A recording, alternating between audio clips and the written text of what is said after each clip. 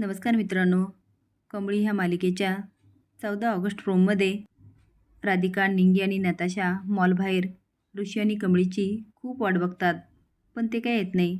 आता रात्र व्हायला लागते. राधिका म्हणते, निंगी चल आपण घरी जाऊया. निंगी म्हणते, आणि कमळी? ती म्हणते, अगं ती ऋषीसोबत असेल, तू काळजी करू नको, येईल नंतर. निंगी म्हणते, नाही हो, कमळीला सोडून कशी जाणार. राधिका म्हणते, अगं ती काय लहान आहे का? हे बघ, रात्र पण खूप व्हायला लागली आहे आणि नताशाला पण झोप आली, चल माझ्याबरोबर. आता निंगी कमळीला मागे पुढे बघत असते, पण कमळी काय येत नाही. आता त्या घरी जातात. नयनतारा राधिकाला विचारते, ऋषी कुठे आहे? तो तुझ्यासोबत आला होता ना मॉलमध्ये. आता निंगी पटकन बाजूला होते. नयनतारा म्हणते, आणि हिला काय घेऊन आलीस? आणि एक मिनिट, हिच्याबरोबर एक मुलगी असती ना? काय कमळी, ती कुठे आहे? आता राधिका खूप घाबरते. नयनतारा मोठ्याने ओरडते, राधिका मी काय विचारते, ऋषी कुठे? राधिका रडत म्हणते, ऋषी ऋषी आहे ना, जिथे कुठे आहे ना तिथे ठीक आहे. नयनतारा म्हणते, व्हॉट? राधिकाचा नवरा मोठ्याने ओरडतो, व्हॉट डू यू मीन राधिका? काय मूर्खासारखी बडबडते? बोट करून म्हणतो, मला सगळ्यात आधी सांग, ऋषी कुठे? आता निंगी खूप घाबरते आणि पटकन बाजूला लपते. राधिका शांत बसून घेते. नयनतारा म्हणते, राधिका ऋषी कुठे? आता राधिकासमोर काही पर्याय राहत नाही आणि ती सांगून टाकते, ऋषी कमळीसोबत मॉलमध्ये अडकलाय. नयनतारा म्हणते, त्या मुलीसोबत ऋषी मॉलमध्ये काय करत होता? आणि ती गावंढळ मुलगी त्याच्यासोबत काय करते? तिची हिंमत कशी झाली ऋषीसोबत फिरायची?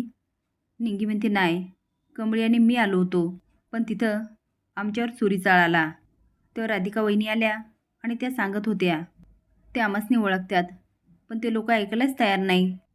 ते मॉलवाला आमच्यावर चोरीचाळ घेत होता.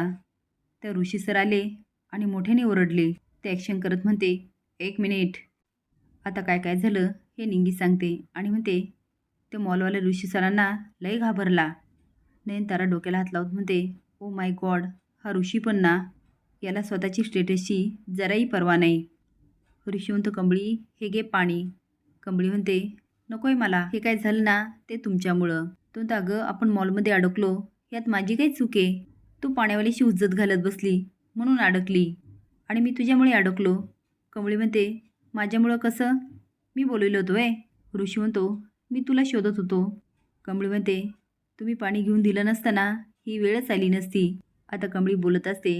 ऋषीला खूप मजा वाटते. तो स्माईल करून बघत असतो.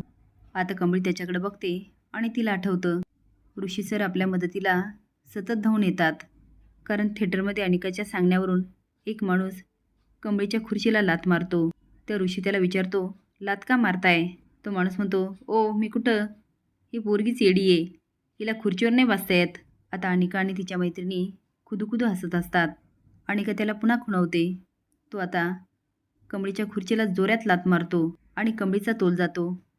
पण ऋषी तिला सावरतो, पण कमळीचे पॉपकॉर्न सगळेच खाली पडतात.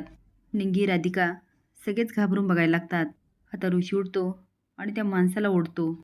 तो माणूस म्हणतो, ओ साहेब, पण ऋषी ऐकत नाही आणि त्याला खूप मारतो. अनिका घाबरते. अनिकाच्या मैत्रिणी म्हणतात, अनिका याने तुझं नाव सांगितलं तर? अनिका म्हणते, ओ माय गॉड, आणि पळ काढते.